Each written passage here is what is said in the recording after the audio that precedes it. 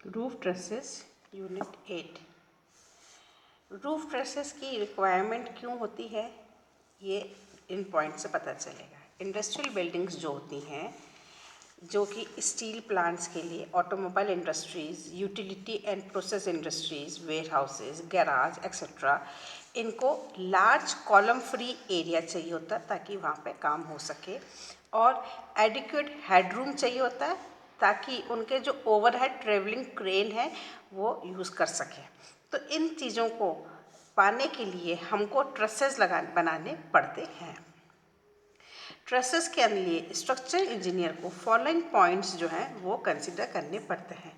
पहला है selection of roofing and wall materials, उसकी जो रूफ बनानी है वो और उसका वॉल मटेरियल।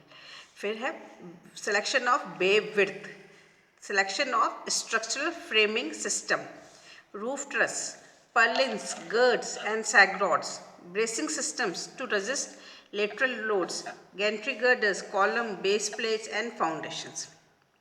पहला पॉइंट लेते हैं selection of roofing and wall material. तो जो रूफिंग है उसके लिए कौन कौन से पॉइंट्स कंसिडर करने हैं वो ये है। टाइप ऑफ रूफ डेक, आपको किस तरह की छत बनानी है, कौन से पर्लिन्स आपको यूज़ करने हैं, पर्लिन्स की डिज़ाइन पहले हो जाती है, पर्लिन्स की स्पेसिंग कितनी देनी है, डिफ्लेक्शन कितना अलाउड है स्ट्रक्चरल मेंबर्स में, रूफ का पिच क्या होता है, ये सब आगे अभी हम पिच क्या होता है, पर्लिन्स क्या है, ये सब आगे देखेंगे। एंड ड्रेनेज रिक्वायरमेंट, क्योंकि जो इसकी जो रूफ होती है उससे पानी बह के नीचे जाता है, तो उसके लिए जो ड्रेनेज रिक्वायरमेंट आपने बनाई है वो, ये सब चीज़ें डिपेंड करती है टाइप ऑफ रूफिंग के लिए। अलग अलग तरह की रूफिंग्स होती हैं। फिर है वॉल मटेरियल, वॉल सिस्टम जिसको क्लैडिंग भी बोलते हैं। इसके अंदर कौन कौन से पॉइंट्स कंसिडर किए जाएंगे। वॉल सिस्टम के लिए कॉस्ट, इंटीरियर सरफेस आपको किस तरह की चाहिए, एस्थेटिक अपीयरेंस कैसी चाहिए, इसमें कलर वगैरह भी डिसाइड हो जाएगा, अकाउस्टिक्स की आवाज़ का, डस्ट कंट्रोल, मेंटेनेंस, ये सब पॉइंट्स एक स्ट्रक्चरल डिज़ाइनर को कंसिडर करना होगा जब भी वो रूफ ट्रस डिज़ाइन करेगा जिसके अंदर रूफिंग और वॉल मटेरियल है। और इसके लिए वैरायटी ऑफ मटेरियल्स अवेलेबल है।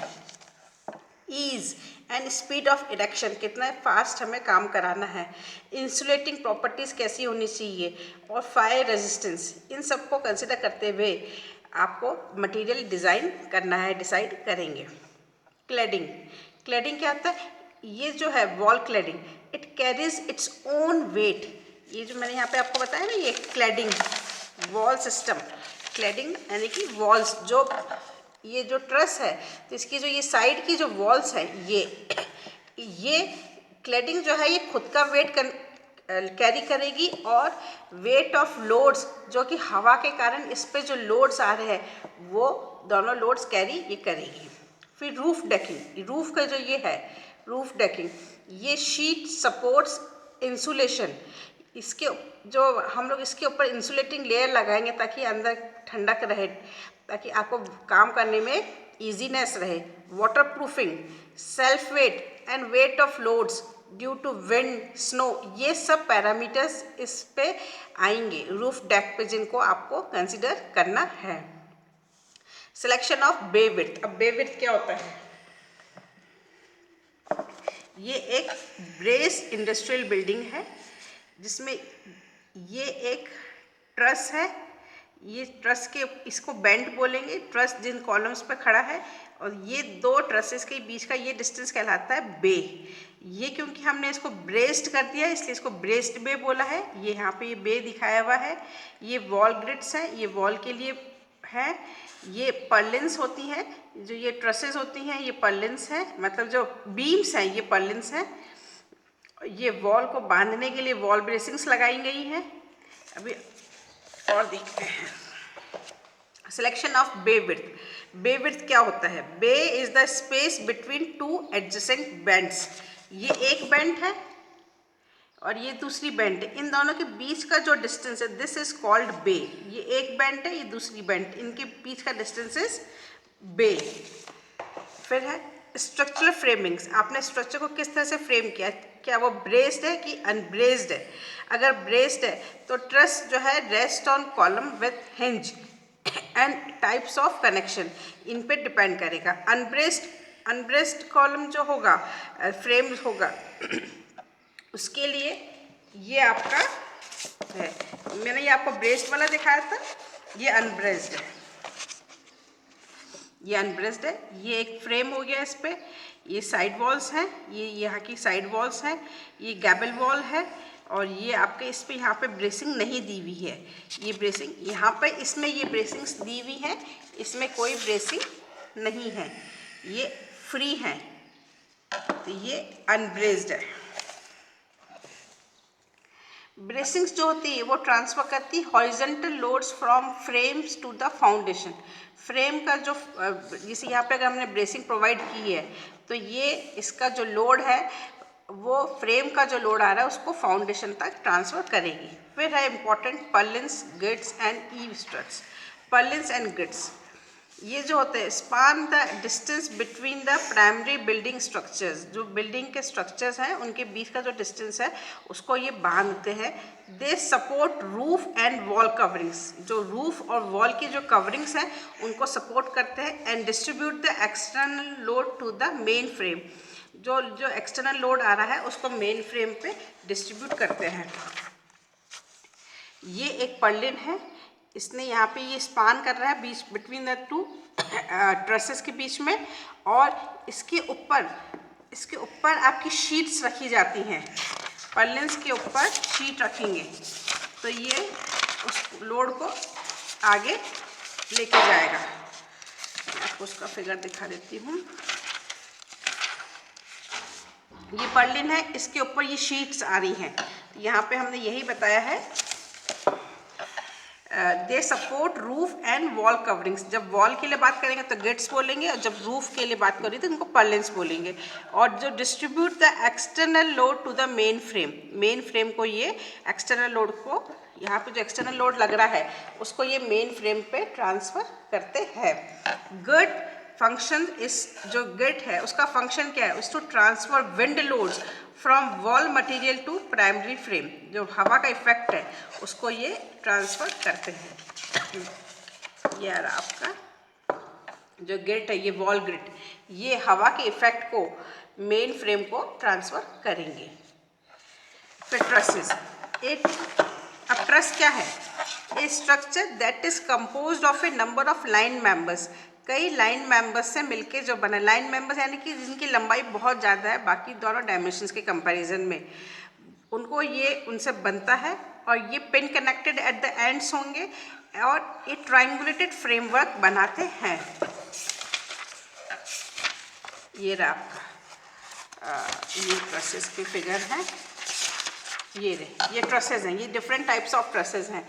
ये आप लोग थियोरी ऑफ स्ट्रक्चर्स में भी पढ़ चुके हैं। तो ये लाइन मेंबर्स हैं, इनकी कंपोजिशन से बनाया जाएगा और ये एक ट्रायंगुलर शेप पर बनते हैं। तो ये ट्रस हो गया। अब डिज़ाइनिंग, ट्रस की डिज़ाइनिंग के अंदर सबसे पहले आएगा पिच ऑफ ट्रस। पिच क्या होता है? Height of truss upon span.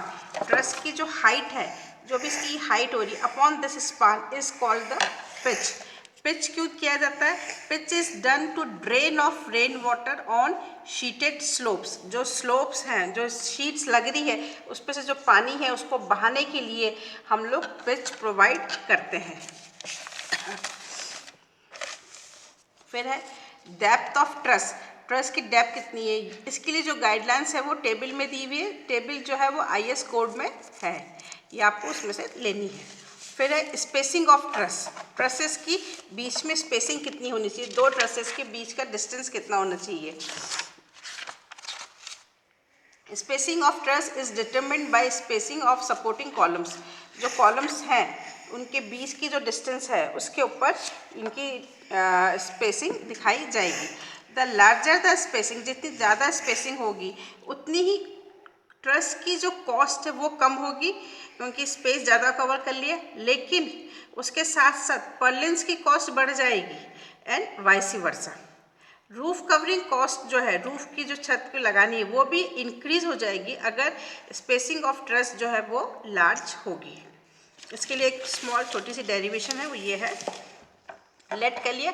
S जो है स्पेसिंग ऑफ ट्रस है, सी टी है cost of truss per unit area, C P cost of purlin per unit area, C R है cost of roof covering per unit area and C is the total cost of roof system, जो कि इन सब के सम्मिश्रण से आएगा। तो सी टी है cost of truss is equal to K1, K1 एक कांस्टेंट है अपॉन एस, एस जो है वो स्पेसिंग ऑफ ट्रस है, सी पी है K2x², सी आर है K3s। इन सबको जब जोड़ा सी टी, सी पी और सी आर को, तो मुझे टोटल ओवरऑल कॉस्ट मिल गई रूफ सिस्टम की, जिसके ऊपर ट्रस है, पर्लिन्स लग रही है और रूफ कवरिंग लग रही है। इन्हीं सब चीज़ों से मिलके रूफ सिस्टम बनेगा। तो ये आपने यहाँ पे वैल्यूज़ लिखी।